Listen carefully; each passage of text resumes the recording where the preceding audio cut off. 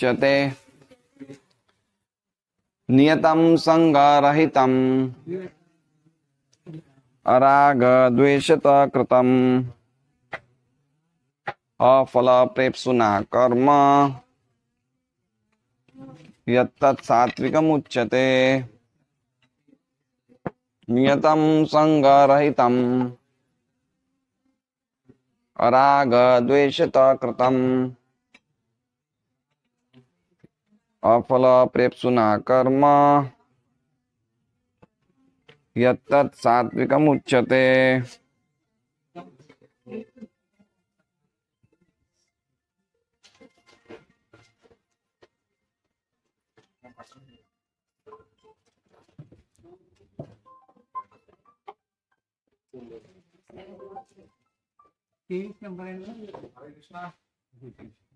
नियतं संगरहितमरा नियतं संगरहितं मरा द्वेषता कृतम् अराग द्वेषतः कृतम् अफलप्रेप्सुना कर्म अफलप्रेप्सुना कर्म यत्त सत्सात्विकमुच्यते। यत्तत् सात्विकमुच्यते। नियतम नियमित, नियमित, संगरहितम संगरहितम, आसक्ति रहित, आसक्ति रहित, राग द्वेषतः राग देशतः, राग द्वेष से रहित, राग देशे रहित, कृतम कृतम किया गया, किया गया, अफल प्रेप्सुना अफलप्रेप्सुना फल की इच्छा से रहित वाले के द्वारा, फल की इच्छा से रहित वाले के द्वारा, कर्म कर्म कर्म कर्म यत यत जो जो तत् तत् वो वह सात्विकम सात्विकम सतोगुणी सतोगुणी उच्यते उच्यते कहा जाता है। कहा जाता है।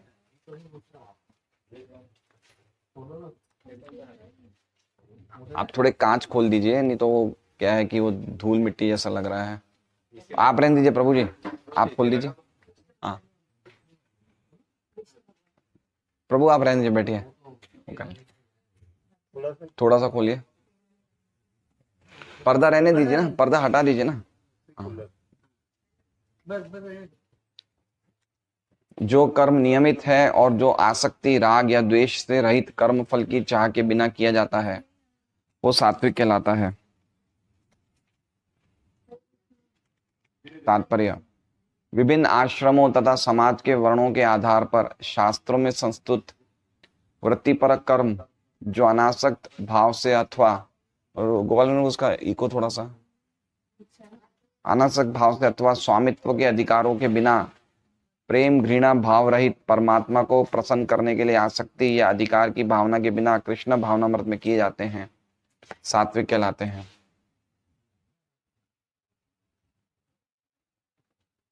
ओम अज्ञानतिमिरान्धस्य ज्ञानाञ्जनशलाकया चक्षुरुन्मीलितं येन तस्मै श्रीगुरवे नमः। श्रीचैतन्यमनोभीष्टं स्थापितं येन भूतले स्वयं रूपकदा मह्यं ददाति स्वपदान्तिकम्। वन्देऽहं श्रीगुरौ श्रीयुतौ पदकमलं श्रीगुरून् वैष्णवांश्च श्रीरूपं साग्रजातं सहगणरघुनाथान्वितं तं सजीवं साद्वैतं सावधूतं परिजनसहितं कृष्णचैतन्यदेवं श्रीराधाकृष्णपादान् सहगणललिता श्रीविशाखान्वितांश्च। हरे कृष्णा कृष्णा कृष्णा हरे हरे, हरे राम राम राम हरे हरे, हरे कृष्णा कृष्णा कृष्णा हरे हरे, हरे राम राम राम हरे हरे, हरे कृष्णा कृष्णा कृष्णा हरे हरे, हरे राम राम राम हरे हरे। नियतं संगरहितं अराग द्वेषतः कृतं अफल प्रेप्सुना कर्म यत्तत् सात्विकम् उच्यते। अभी पिछली बार 3 प्रकार के ज्ञान की चर्चा करी थी पिछले सत्र में, कि 3 प्रकार के लोगों के लिए ज्ञान का विभाजन 3 प्रकार में किया गया है, सतोगुणी ज्ञान, रजोगुणी ज्ञान और तमोगुणी ज्ञान। तो किसी को याद है सतोगुणी ज्ञान क्या था?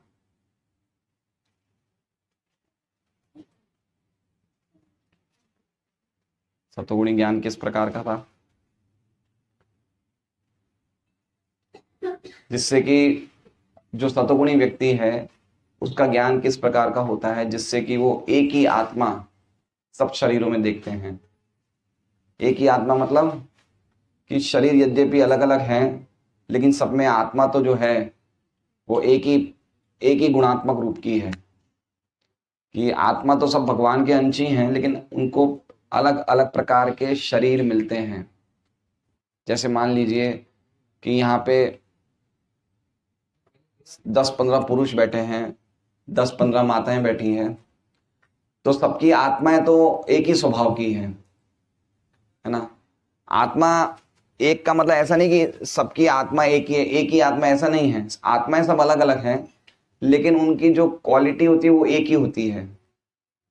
क्या क्वालिटी होती है कि वो निर्गुण होती है, वो भगवान के अंश होती है उनका स्वभाव एक ही है। तो एक ही प्रकार की आत्मा है, लेकिन सबके शरीर अलग अलग हैं। तो जैसे मान लीजिए ये राम निवास जी बैठे हैं, इनका शरीर राम निवास नाम का शरीर है, ये इसका कीर्ति नाम का शरीर है। तो यद्यपि शरीर अलग अलग हैं, लेकिन आत्मा तो एक ही है। मतलब ऐसा नहीं कि कीर्ति और राम निवास की आत्मा एक ही है। कीर्ति की आत्मा अलग है, राम निवास की आत्मा अलग है, लेकिन वो आत्मा का जो स्वभाव है, अभी इनका स्वभाव फर्क हो सकता है राम निवास जी क्रोधित होंगे, हो सकता है कीर्ति शांत होगी। स्वभाव अलग अलग है शरीर के अनुसार, लेकिन आत्मा का स्वभाव जो है, आत्मा तो एक ही है। समझ रहे हैं बात को? ऐसा ज्ञान जो ऐसा व्यक्ति होता है वो सतोगुण में स्थित है, उसका ज्ञान सतोगुण में है। जो देखता है कि व्यक्ति, तो जैसे भगवद गीता में वर्णन किया गया है, कौन सा श्लोक है वो, 5वें अध्याय में, विद्या विनय संपन्ने ब्राह्मणे गवि हस्तिनी शुनि चैव शपाके च पंडिता समदर्शिना। कि जो ज्ञान से पूरी तरह से, जो ज्ञान से पूर्ण होता है व्यक्ति, वो ब्राह्मण, गाय, कुत्ता, चांडाल और हाथी सबको एक ही प्रकार से देखता है। तो एक ही प्रकार से देखने का अर्थ मतलब वो उनका शरीर नहीं देख रहा है, लेकिन उनके अंदर जो आत्मा है वो देख रहा है। तो वो जानता है कि वो किसी से कोई प्रकार का द्वेष नहीं करता कि भाई ये चांडाल है, ब्राह्मण है, ये बहुत ही अच्छा व्यक्ति है। ऐसे ना तो किसी से घृणा करता है, ना किसी से प्रेम करता है। यद्यपि वो हर एक व्यक्ति से उसके शरीर के हिसाब से अलग अलग तरीके का उससे व्यवहार करता है, लेकिन फिर भी वो सम्मान सबको देता है। तो ऐसा जो व्यक्ति होता है, जो व्यक्ति आत्मा को देख के उससे सम्मान करता है, वो सतोगुणी है। और जो व्यक्ति शरीर को देख रहा है कि ये व्यक्ति तो बहुत धनी है ना, इसको बहुत ज्यादा सम्मान करना चाहिए, और एक व्यक्ति बिल्कुल निर्धन है, इसकी तो कोई कीमत ही नहीं है, जो इस प्रकार का अलग, वो ये सोचता है कि ये शरीर में आत्मा अच्छी है, इस शरीर में आत्मा हल्की है, तो वो आत्मा और शरीर के हिसाब से व्यक्ति को गिनता है, वो रजोगुणी, वो व्यक्ति रजोगुण में स्थित है। तो ये हमने सब पिछली बार वर्णन किया था। और तीसरे प्रकार का जो तमोगुणी व्यक्ति होता है, उसका ज्ञान किसमें सीमित होता है? उसका ज्ञान खाली अपने शरीर को पूरी तरह से सुविधाजनक बनाने के लिए, पूरा उसका ज्ञान कि मुझे अच्छी तरह खाना है, सोना है, रहना है, पूरी तरह से सुविधा में रहना है, इससे संबंधित जो उसका ज्ञान होता है, वो व्यक्ति का ज्ञान, वो व्यक्ति तमोगुण में स्थित होता है। तो ये हमने पिछली बार वर्णन चर्चा करी थी कि सतोगुणी व्यक्ति का ज्ञान किस प्रकार का होता है, रजोगुणी व्यक्ति किस ज्ञान में स्थित होता है, और तमोगुणी व्यक्ति कैसे स्थित होता है। अब आज के श्लोकों में हम ये देख रहे हैं कि वो व्यक्ति जो है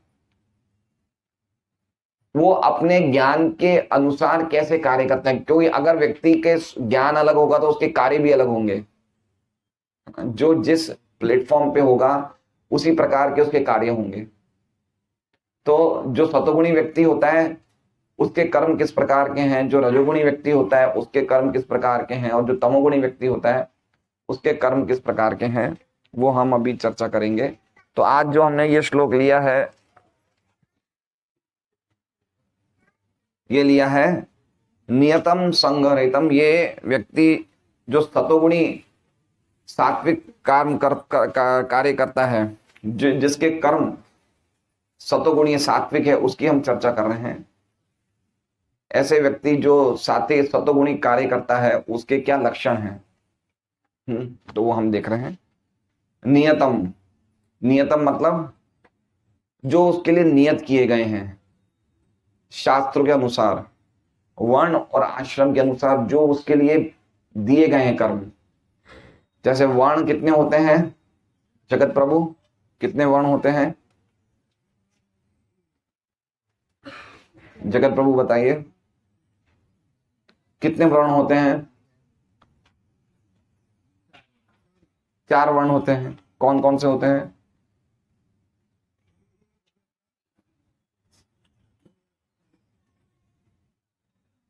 ब्राह्मण, हाँ, और आश्रम कौन से होते हैं? हाँ आप बताइए। हैं? त्याग आश्रम, ब्रह्मचार्य आश्रम, गृहस्थ आश्रम, हाँ, और आप बताइए जगत प्रभु। हाँ, वानप्रस्थ, संन्यास आश्रम। और फिर स्त्रियों के धर्म अलग होते हैं, है ना। तो अपने वर्ण और आश्रम के अनुसार जो भी व्यक्ति कार्य करता है, शास्त्रों के अनुसार जो उनके नियत कार्य है, नियतम का अर्थ ये होता है संग रहितम। राजेंद्र प्रभु अगरबत्ती को पीछे रख दीजिए, उसकी एलर्जी से पीछे रखा है। तो संग रहितम का अर्थ क्या होता है कि बिना फल के भोगने की इच्छा से, फल के भोगने की इच्छा से रहित, और दूसरे शब्दों में अपने आप को भोक्ता न मानना, इसका अर्थ होता है संग रहितम। क्योंकि हमने, जो व्यक्ति इसलिए कर्म करता है कि वो चाहता है कि इस कर्म का फल मैं भोगूं, वो व्यक्ति सतोगुणी व्यक्ति नहीं है, ठीक है। क्योंकि हमने पिछली बार देखे थे कर्म के 5 कारण होते हैं। कोई भी हम कर्म करते हैं उसके 5 कारण होते हैं। कर्म के पीछे कोई भी एक्टिविटी होती है उसके पीछे 5 कारण होते हैं, याद है आपको? क्या 5 कारणों से कोई कार्य करते हैं? अधिष्ठानम तथा कर्ता, करणम च पृथग्विदम, विताश्च पृथक चेष्टा, देवम चिवातर पंचम। हम कोई भी कार्य करते हैं तो उस कार्य के पीछे 5 कारण होते हैं। शरीर, आत्मा, इंद्रियां, हमारा प्रयास और भगवान, है ना। ये हमने बहुत कुछ श्लोकों पहले हमने चर्चा करी थी। तो जब सतोगुणी व्यक्ति जानता है कि मैं अकेला ही कारण नहीं हूं, मेरे अलावा और भी कारण हैं, तो समझता है कि जो मैं काम कर रहा हूं उसका फल का अकेला भोक्ता नहीं हूं मैं उसका भोक्ता नहीं हूं। क्योंकि परम कारण भगवान है तो फल के असली भोक्ता भी भगवान है। तो वो इस भावना को, इस बात को भली भांति जानता है, इसलिए वो व्यक्ति जो होता है संग रहित होता है। संग रहित मतलब वो अपने आप को कर्ता नहीं समझता है। तो पहला लक्षण क्या है सतोगुणी काम का? सात्विक कर्म का पहला लक्षण क्या है? वर्ण और आश्रम के अनुसार किया जाता है। जो उसके लिए नियत किया गया है वो उसका ही कार्य है। जैसे क्षत्रिय का कार्य, अर्जुन का कार्य युद्ध करना था, उसके लिए नियत कार्य था, तो उसने पीछे हट रहा था। उसको ये नहीं देखना है कि भाई मेरे काम में कितना कष्ट है, अपने स्वजनों को मारना कितना कष्टपूर्ण है, तो उस कार्य को देखते हुए अपना काम नहीं करना, वो नियत कार्य नहीं है। उसे करना ही पड़ेगा क्योंकि आपकी ड्यूटी है, आप क्षत्रिय हैं, है ना। तो ऐसे हमारे साथ भी ऐसी समस्याएं आ सकती है जब हमें कुछ ड्यूटीज में, जैसे भक्ति के लिए नियत कार्य क्या है? सुबह मंगल आरती में उठना ही उठना है, ये नियत कार्य है। 16 माला करनी ही करनी है, ये हमारे लिए नियत है। क्योंकि हमने भक्ति संप्रदाय में हमने प्रवेश किया है, परमार्थ भागवत धर्म में, सनातन इस धर्म में हमने प्रवेश किया है, तो ये हमारे लिए नियत ड्यूटीज हो गई है। फिर हमें ऐसा नहीं कि हमें नहीं करना है, ये नियत है हमारे लिए। सुबह 16 माला करना है, मंगल आरती में उठना है, गीता भागवत आदि ग्रंथ पढ़ना है। तो ये हमारी ड्यूटी है ये। अब इस ड्यूटी में हो सकता है कि हमें अच्छा नहीं लगे, लेकिन वो हमारे लिए अच्छा है, फिर भी करना है। इसलिए तीसरे बात क्या? अराग। अराग लिखा है, अराग द्वेषत, मतलब जैसे मान लीजिए कि हमें सुबह सुबह उठना अच्छा नहीं लगता है, लेकिन वो हमारे लिए अच्छा है, लेकिन हमें अच्छा नहीं लगता है तो करना है, उससे अराग होना है हमें, है ना। हमें कोई चीज बहुत अच्छी लगती है, अगर हमें बहुत अच्छा लगता है बाहर का भोजन खाना या बाहर होटल लारी का खाना, लेकिन वो हमारे लिए अच्छा नहीं है, हमें अच्छा लगता है लेकिन हमारे लिए अच्छा नहीं है, तो उस राग को त्याग करना है, इसका मतलब होता है अराग। और द्वेषता मतलब जो चीज हमें बुरी लगती है लेकिन वो हमारे लिए बुरी नहीं है, उसे करना है। तो 4 नियमों का पालन करना है। हमें कोई चीज नहीं अच्छी लगेगी करना, लेकिन फिर भी करना है क्योंकि उससे हमारा अच्छा होता है। जैसे हमें सेवा करना अच्छा नहीं लगता है, हम लोग कितनी बजे आते हैं, 6 सवा 6 बजे टच करेंगे यहाँ पे, है ना। हमारा 5:30 का टाइम है, आज कोई नहीं थे, जय श्री माता जी, गोपाल बिंद प्रभु और ये रामाचार्य प्रभु, 3-4 लोग थे बस। क्यों? क्योंकि हमें सेवा करना अच्छा नहीं लगता, हमें उससे द्वेष है, घृणा का कार्य है ये, इससे हमें मजा नहीं आता है। हम तो सत्संग लेक्चर सुनने आते हैं, हम लेक्चर सुनिए प्रसाद लेंगे, ये सेवा का काम दूसरे भक्तों का है। तो सेवा करना हमारे लिए अच्छा है, यद्यपि हमें अच्छा नहीं लग रहा है, लेकिन फिर भी करना है। ये पॉइंट समझना चाहिए। बहुत सी ऐसी चीजें हैं जो हमें अच्छी नहीं लगती लेकिन फिर भी करना है। क्यों? क्योंकि इससे हमारा शुद्धिकरण होता है। इसलिए लिखा है अफल प्रेप्सुना। अफल प्रेप्सुना मतलब फल की इच्छा से रहित वाला। तो ऐसा नहीं कि भक्त लोग कोई कार्य कर रहे हैं तो फल की इच्छा से रहित कर रहे हैं, भौतिक फल की इच्छा से रहित कर रहे हैं, लेकिन फिर भी उनकी इच्छा रहती है। क्या इच्छा रहती है? हृदय का शुद्धिकरण, ये इच्छा रहती है। तो हमें सेवा करनी है, तो ये हमारी मतलब फल की इच्छा क्या है? हृदय का शुद्धिकरण। अफल प्रेप सुना कर्म यत्त सात्विकम उच्यते। तो हमने देखी कौन कौन सी क्वालिटी होती है सदोगुण कार्य के, सात्विक कार्य कर्म के कौन कौन से गुण होते हैं, कौन कौन से लक्षण होते हैं। सबसे पहला क्या होता है? वो नियत कार्य होता है, शास्त्रों के अनुसार जो हमारे लिए नियत है। समझ रहे हैं? वर्ण और आश्रम के अनुसार अगर कोई व्यक्ति अपने नियत कार्य करेगा तो उसके समाज में, उसके परिवार में कभी भी कोई प्रकार का, ये इसी को या तो कैसे करेंगे, बहुत ज्यादा ठंड हो रही है, या तो मैं थोड़ा इस साइड हो जाता हूँ, उस साइड का कहीं चालू कर दीजिए, नहीं तो मुझे अभी छींकें आना शुरू हो जाएगी।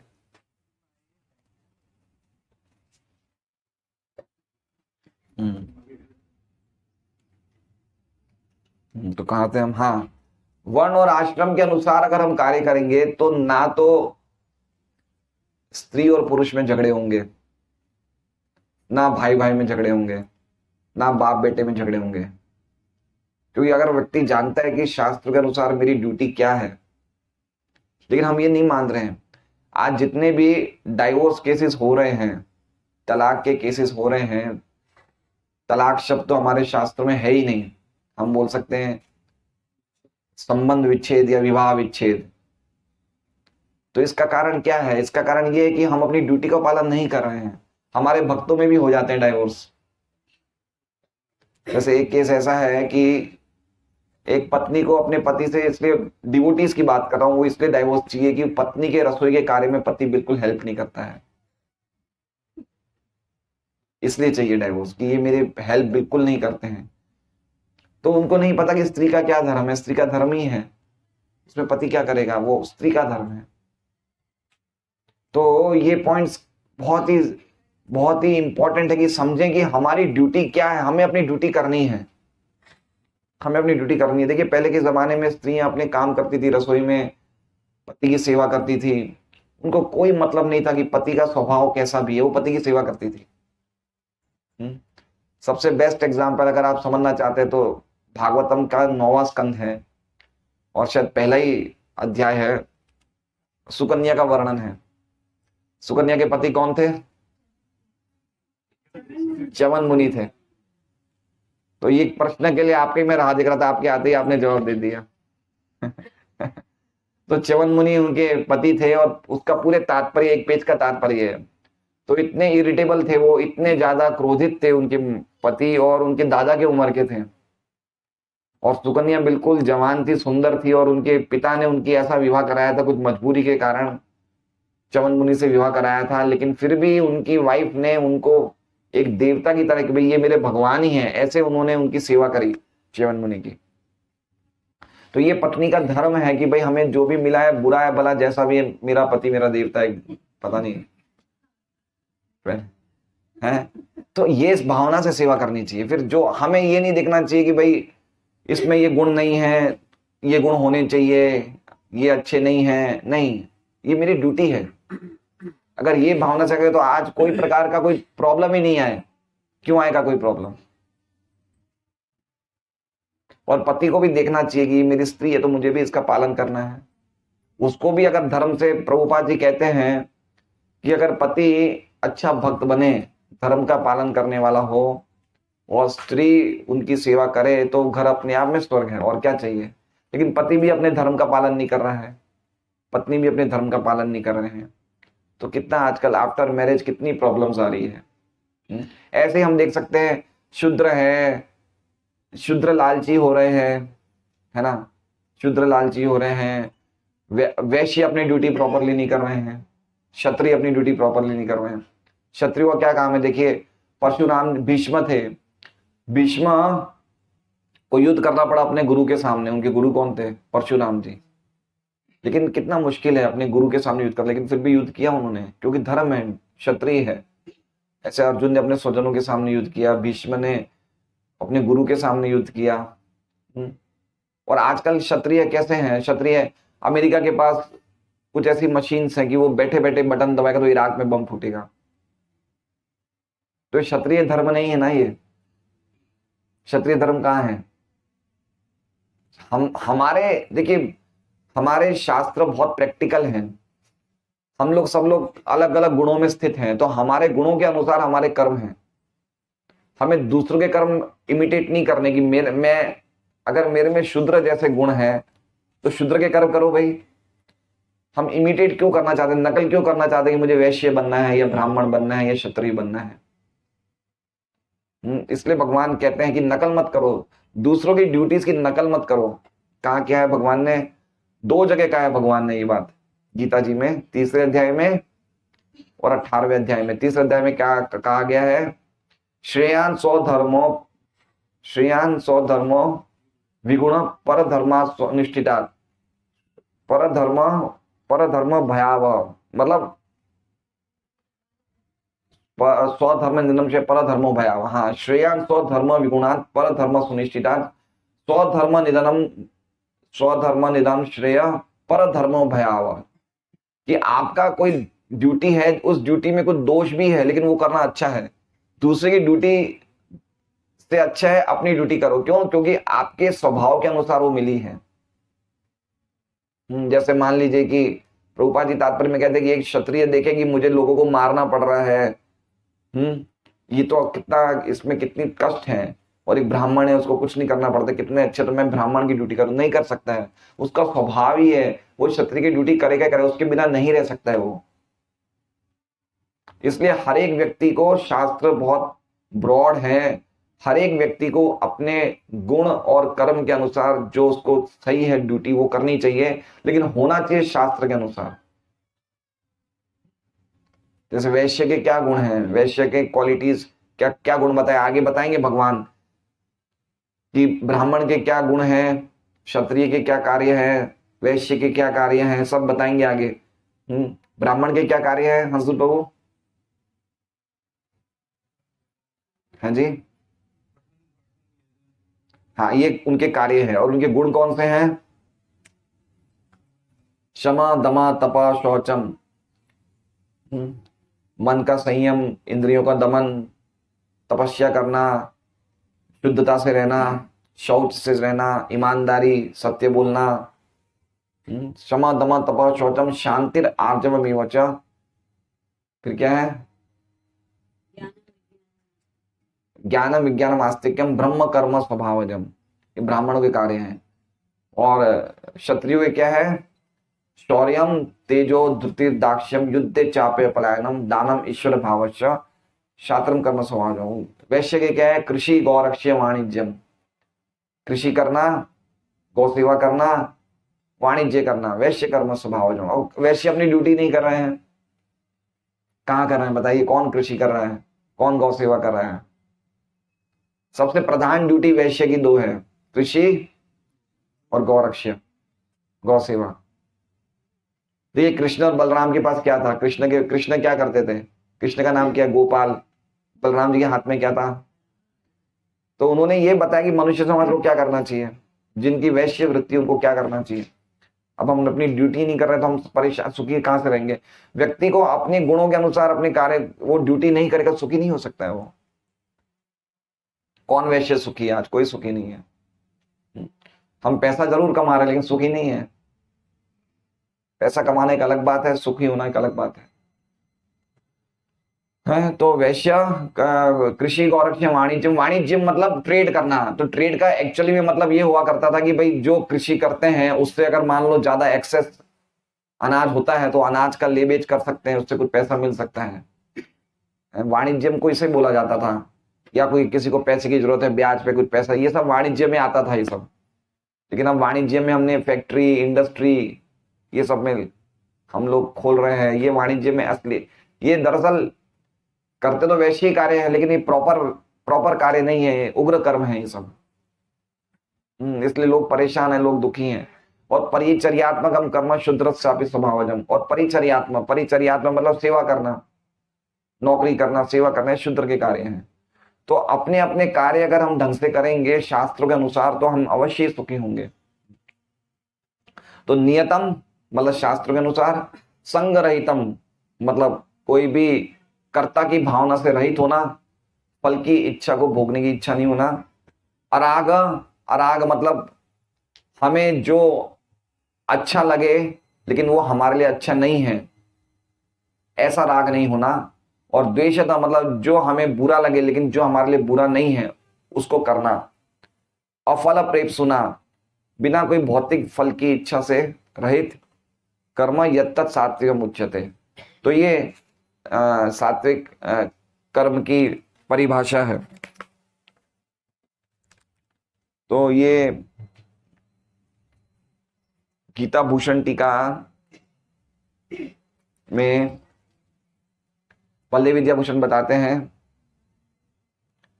कि जो कार्य शास्त्र द्वारा बताए गए हैं, नियत किए गए हैं, जिसमें बिना कोई कर्ता की भावना है, जो ना तो हम राग या द्वेष के बिना करते हैं और बिना फल की इच्छा के करते हैं, वो सात्विक कार्य है। भगवान अब हमारे 3 गुणों के अनुसार कार्य बता रहे हैं। जो कार्य वर्ण और आश्रम के अनुसार नियत होते हैं, जिसमें हमारे कर्ता की भावना नहीं होती है, जो ना तो यश के आसक्ति के लिए किया जाता है और ना ही अपयश के डर से किया जाता है, और जो फल की इच्छा से रहित होता है, भगवान की पूजा के हिसाब से जो कार्य किया जाता है, उस कार्य को सतोगुणी कार्य बोलते हैं। ये बल्लवी विद्याभूषण ने भी समझाया है। तो आप समझ गए नियतम का अर्थ क्या होता है? मदन सुंदरी माता जी समझ गए नियतम का अर्थ क्या होता है? बताइए नियतम का अर्थ क्या होता है?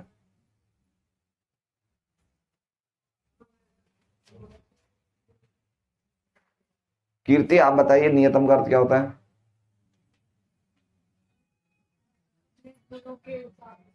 हाँ, वर्ण के अनुसार। बहुत अच्छा। तो वर्ण के अनुसार, जैसे हमारा वर्ण है, हमारे गुण किस गुण में स्थित है, उस गुण के अनुसार हम जो कार्य कर रहे हैं, शास्त्रों ने जो हमें बताए हैं वो प्रकार के कार्य कर रहे हैं। तो क्या है वो नियत है। नियत मतलब हमारे लिए नियत है, हमारे लिए प्रिस्क्राइब्ड है, करना है तुम्हें, ये तुम्हारे लिए नियत है।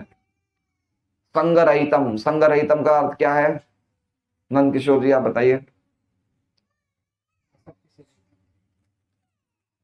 संग रहितम का मतलब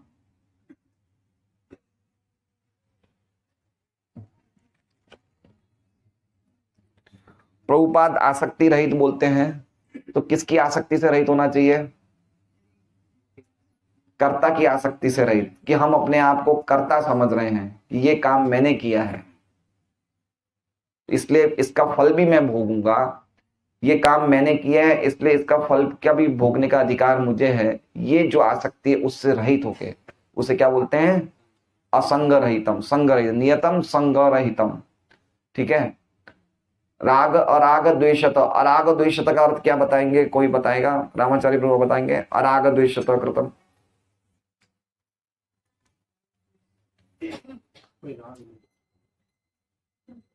सौदर्शन प्रभु आप बताएंगे? किसी भी वस्तु या किसी भी व्यक्ति से ज्यादा आसक्त होना या उसे द्वेष करना। नहीं, लेकिन हम यहाँ पे उस व्यक्ति की बात नहीं कर रहे हैं, हम तो कर्म की बात कर रहे हैं। कर्म फलों से राग द्वेष नहीं। कर्म फलों से नहीं, कर्म से। आप समझे? जैसे एक एक्टिविटी से हम बहुत, अब मान लीजिए हैं, हाँ, एक कार्य से हम आसक्त है लेकिन वो कार्य हमारे लिए अच्छा नहीं है, तो वो हो गया राग। और द्वेष मतलब एक कार्य से हम आसक्त नहीं है लेकिन वो कार्य हमारे से अच्छा है, वो हो गया बिना कोई द्वेष के। जैसे मैंने बताया, एग्जाम्पल क्या दिया, सेवा। सेवा करना ये हमें, हमारे लिए बहुत परम कल्याणकारी है, ठीक है, लेकिन हमें अच्छा नहीं लगता है, तो वो उस भावना को हमें हटाना है। ये द्वेष से रहित होना चाहिए, भाई सेवा कौन करेगा, ये मुझे नहीं करना है, तो ये भावना से हटना है हमें। और राग मतलब मुझे अच्छा लगता है कि मैं किसी की चुगली करूं या किसी के बारे में दो बातें करूं या फालतू की बातें करूं, इससे मुझे अटैचमेंट है, तो ये राग को त्यागना है क्योंकि हमारे लिए अच्छा नहीं है। आप समझे? अराग द्वेष, बिना कोई राग और बिना कोई द्वेष के। ठीक है। इसको बलदेव विद्याभूषण क्या बोलते हैं कि यश की इच्छा के बिना, यश की आसक्ति, राग को बलदेव विद्याभूषण बताते हैं यश की भावना के बिना। मतलब अगर हम कोई कार्य कर रहे हैं, हमें लग रहा है कि इसमें हमें यश मिल रहा है, हम यश की इच्छा से वो कार्य कर रहे हैं, तो कार्य नहीं करना चाहिए। समझे आप बात को? जैसे मान लीजिए कि ये भवन बन रहा है और इस भवन में अगर मैं 2 लाख रुपए दूंगा तो मेरा नाम लिखा जाएगा, तो ये क्या हो गया? लोग मेरा नाम देखेंगे, मेरा यश होगा, तो इसलिए मैं दान दे रहा हूं। ठीक है। तो ये क्या है? ये कार्य क्या हो गया? ये राग से युक्त हो गया, है ना? ये क्या हो गया? राग से युक्त हो गया। हम कार्य तो कर रहे हैं लेकिन हमारा उस कार्य में अटैचमेंट है, तो अटैचमेंट वाला काम करेंगे, तो इसलिए हमने काम किया अटैचमेंट का, हमने काम किया अटैचमेंट से युक्त होके, तो अब वो हम उस काम के कारण बन गए, तो काम के कारण बन के तो उस फल के भी हमें भोगने का अधिकार हो गया। समझे बात को? आप समझ रहे हैं बात को? हमने इस भवन के निर्माण में 2 लाख रुपया दिया इस कारण से कि इसमें मेरा नाम आएगा, तो ठीक है, तो हमने जो कार्य किया उसका एक कारण है। क्या कारण है? हमारा यश। तो उसका एक कारण हो गया, तो कारण चूंकि ये हमारी इंद्रिय तृप्ति के से, ये कारण हमारी इंद्रिय तृप्ति से प्रेरित है, ये कारण हमारी इंद्रिय तृप्ति से प्रेरित है, तो इसका एक फल बनता है। तो फल कौन भोगेगा? हम भोगेंगे। समझ रहे बात को? बहुत सिंपल बात है। तो इसलिए वो फल भोगने के लिए हमें वापस एक कोई ना कोई शरीर मिलना चाहिए, तो ये हो गया कर्म बंधन। हम अपने कर्मों में बंध जाते हैं। ठीक है। ये बहुत इंपॉर्टेंट पॉइंट है। विशेष रूप से भक्तों को जो कार्य करना चाहिए वो बिना अटैचमेंट के करना चाहिए। उनको इसलिए नहीं करना चाहिए कि भाई मेरा नाम हो रहा है इसमें, हम ये क्यों कर रहे हैं क्योंकि मेरा नाम हो रहा है इसमें। नाम की, यश की इच्छा से रहित होकर करना चाहिए। प्रभुपाद जी ने कितना सब कार्य किया, प्रभुपाद जी ने कितना सब प्रचार किया, लेकिन प्रभुपाद जी क्या बोलते थे? मैं तो खाली अपने गुरु के आदेश का पालन किया और कुछ नहीं किया है। अगर मुझे आप कुछ देना ही चाहते हो, अगर मुझे आप कुछ यश देना ही चाहते हो, तो खाली इतना यश है कि मैंने जो कुछ भी प्राप्त किया वो एज इट इज प्रस्तुत किया, मैंने कोई भी अपना कुछ भी जोड़ा नहीं है, बस मैंने इतना ही काम किया है। तो ये हम देख सकते हैं कि कितना बड़ा उन्होंने काम किया, लेकिन वो अपने लिए यश बिल्कुल नहीं चाहते हैं, है ना? जैसे माधवेंद्रपुरी का एग्जाम्पल ले सकते हैं आप, पता है माधवेंद्रपुरी का एग्जाम्पल? हाँ, तो उन्होंने जब भगवान ने उनके लिए खीर चुराई, तो भगवान ने खीर चुरा के वो खीर का जो था पॉट था, खीर का जो घड़ा था, भगवान ने साइड पे रख दिया मंदिर के ऑल्टर के पीछे, पर्दे के पीछे, और पुजारी को कहा कि ये दे के आओ, माधवेंद्रपुरी सब्जी के बाजार में बैठे वहां दे के आओ। तो माधवेंद्रपुरी को पुजारी देने जाते हैं रात को, तो माधवेंद्रपुरी क्या कर रहे थे उस टाइम? भगवान के नाम का जप कर रहे थे। तो पुजारी ने जब ये खीर दी तो माधवेंद्रपुरी ने खीर खाई, और खीर खा के माधवेंद्रपुरी को पता चल गया कि अगले दिन सुबह गांव में बात सबको पता चल जाएगी कि भगवान ने मेरे लिए खीर चुराई है। और जैसे ही लोगों को पता चल जाएगी, लोग आएंगे और मेरा वाहवाही करेंगे, मेरे पैर छुएंगे, मुझे प्रणाम करेंगे और मेरा यश बढ़ जाएगा। तो तुरंत खीर खा के वो खीर की जो मटकी थी उसके टुकड़े टुकड़े करके अपनी गांठ में गांठ डाल के वो तुरंत चले गए वहां से, है ना। तो ये हम सोच सकते हैं कि बिल्कुल यश की इच्छा से बिना, तो इसे बोलते हैं यश की इच्छा के बिना कोई कार्य करना। अराग बहुत इंपॉर्टेंट कार्य है ये। अगर हमारे अपने कार्यों में गर्व हो जाएगा, हमें अपने आप पे गर्व होने लग जाएगा, तो हमारा धर्म का एक खंभा नष्ट हो जाएगा। अगर हम अपने आप पे गर्व कर रहे हैं, अपने यश पे गर्व कर रहे हैं, या ऐसी सब इच्छाएं रख रहे हैं, तो धर्म का एक खंभा हमारा नष्ट हो जाएगा। वो कौन सा खंभा नष्ट होगा? तपश्चर्या का। हमारे तप नष्ट हो जाएंगे। धर्म से गर्व से तप नष्ट होता है, स्त्री की आसक्ति से शौच नष्ट होता है, और नशे से क्षमा नष्ट होती है, दया नष्ट होती है। तो ये तीन हमें ध्यान है। सत्य, जुए से सत्य नष्ट होता है। हाँ, जुए से, झूठ बोलने से सत्य नष्ट होता है, या जुए में झूठ साठ चलता है, इसलिए झूठ बोलने से सत्य नष्ट होता है। और आसक्ति से शौच नष्ट होता है, नशे से क्षमा नष्ट होती है, और तप से गर्व से तप नष्ट होता है। तो ये बहुत इंपॉर्टेंट बात है। अराग, बिना कोई कार्य का अटैचमेंट नहीं रखना है, हमें एज अ ड्यूटी करना है, और जो नहीं करना है वो करना है। हमें जाना है, जैसे हमने बताया कि भाई हमें सत्संग केंद्र में जाना है, सुबह मंगल आरती करना है, तो करना है, बस हमारी इच्छा नहीं है जाने की, फिर भी जाना है। ये समझना चाहिए बात को कि प्रभुपाद जी कितना जोर देते हैं कि मंगल आरती हम नहीं कर रहे हैं तो हम मुर्दे के समान हैं। भक्तों के साथ भी बैठ के मंगल आरती करना है, मॉर्निंग प्रोग्राम करना है, जप करना है, तुलसी आरती करना है, नृसिंह स्तुति करनी है, भक्तों के संग में करना है। ये बहुत इंपॉर्टेंट है हमारे लिए, लेकिन हम नहीं कर रहे। क्यों? क्योंकि घर नहीं छोड़ना चाहते हम, है ना। घर नहीं छोड़ना चाहते हमें घर से अटैचमेंट है, इसलिए ये क्या है, हमारी इच्छा नहीं, फिर भी छोड़ना चाहिए। आप भागवतम में देख लीजिए, भागवतम में कितने एग्जाम्पल हैं, कितने उदाहरण हैं।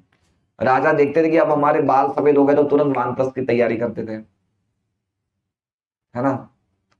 वानप्रस्थ की तैयारी करते थे कि अब हमें रिटायरमेंट का टाइम हो गया, हमें भगवान की प्राप्ति के लिए और ज्यादा हमें टाइम देना है। जैसे आज महाराज ने अभी लेक्चर में बताया कि जो वृद्ध लोग होते हैं उन्हें भौतिक कार्य से निवृत्त होना चाहिए और आध्यात्मिक कार्य में और ज्यादा प्रवृत्त होना चाहिए। जब उन्होंने बताया कि कितना वो ब्रजलालना माता जी के लिए इस उम्र में भी वो इतना प्रचार कर रहे हैं, भागवतम डिस्ट्रीब्यूट कर रहे हैं, तो वृद्ध लोगों को रिटायरमेंट की एज में और ज्यादा भक्ति में लगना चाहिए।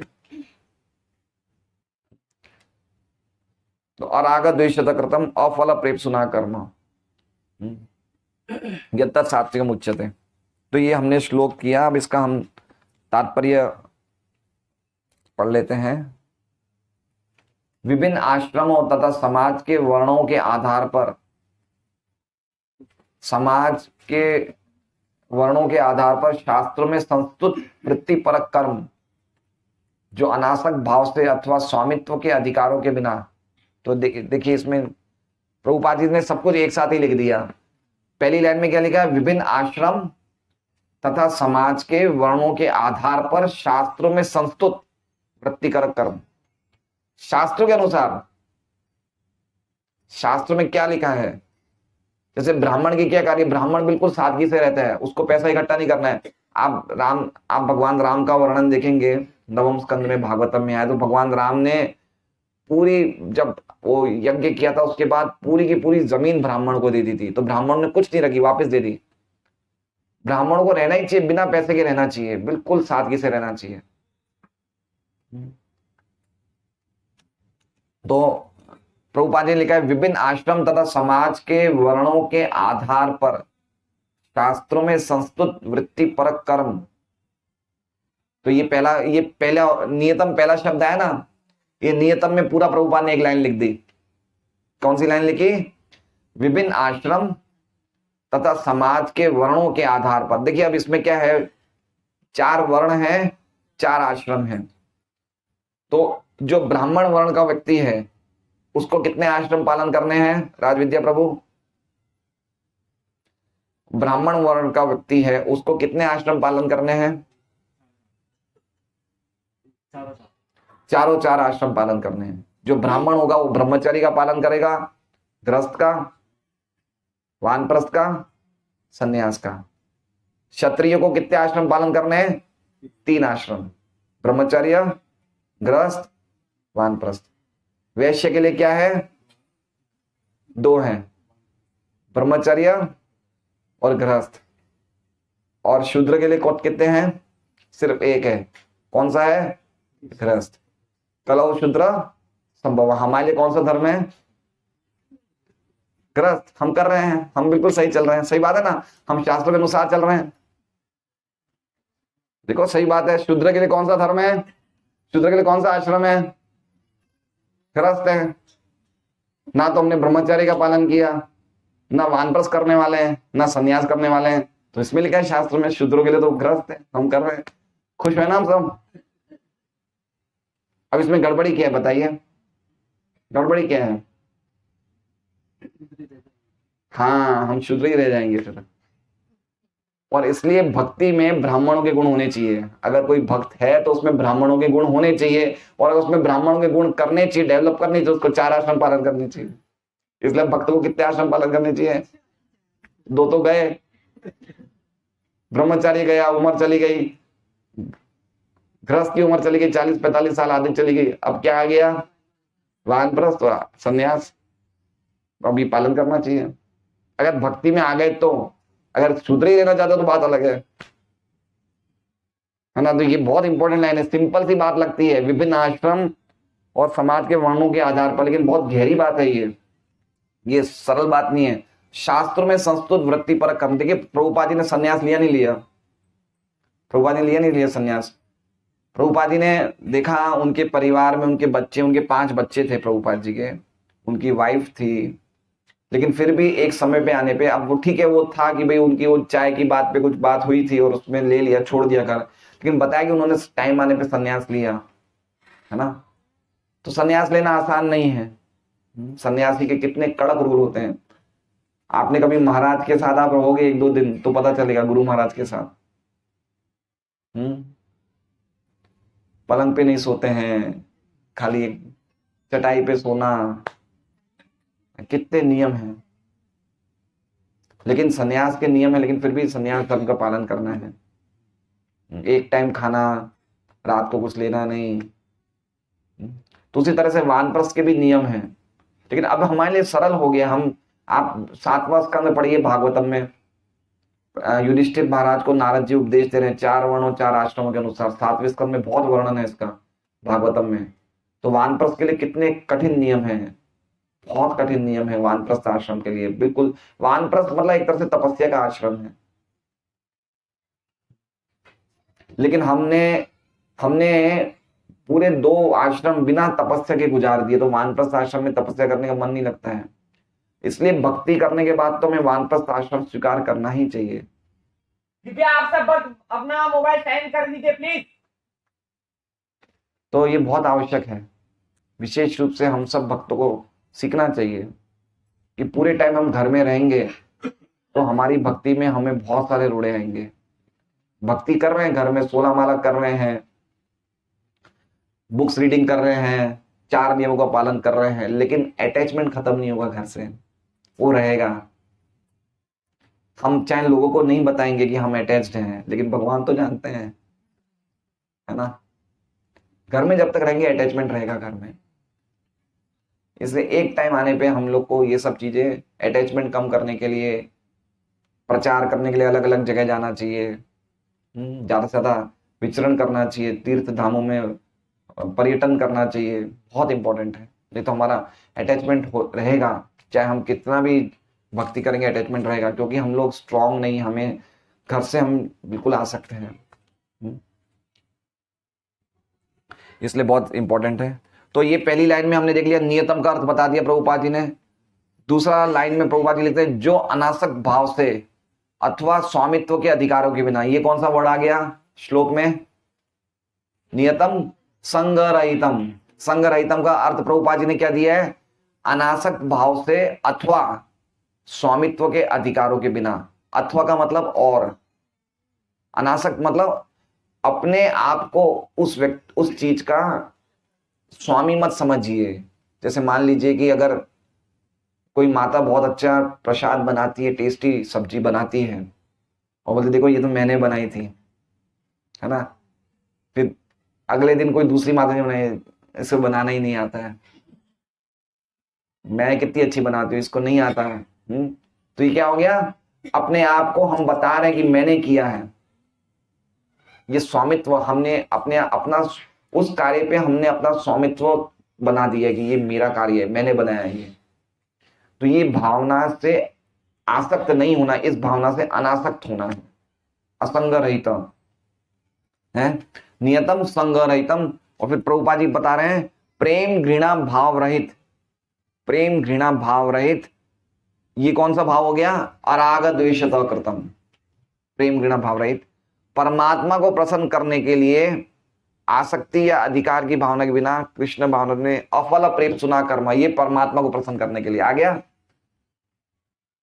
अफल प्रेम सुना कर्म मतलब बिना फल, मतलब ऐसा नहीं कि हम बिना कोई इच्छा के कर रहे हैं। हमारी इच्छा क्या है, भगवान को प्रसन्न करना। ये हमारी इच्छा कि हमारे कार्यों से, हम इन कार्यों से भगवान की पूजा कर रहे हैं, भगवान को प्रसन्न कर रहे हैं, भगवान को पसंद है कार्य। अगर हम ये सोच रहे हैं कि मैंने इतना बहुत काम किया, ये मेरे कारण हुआ, अगर मैं नहीं होता तो ये काम कैसे होता, मैं ही गया तो ही तो इतने सारे भागवतम के साथ डिस्ट्रीब्यूट हुए, अगर मैं नहीं जाता तो होते ही नहीं। भक्तों को तो खाली गीता देना आता है, भागवत देना थोड़ी आता है। तो क्या हो गया, इससे भगवान प्रसन्न नहीं होंगे। क्यों, क्योंकि इसमें हम अपने आप को प्रसन्न कर रहे हैं, भगवान को प्रसन्न नहीं कर रहे। तो अफल प्रेम सुना कर्म नहीं है, अफल नहीं है, ये हमारी इच्छा क्या है, खुद को हम प्रसन्न करना चाहते हैं, तो भगवान को प्रसन्न नहीं है।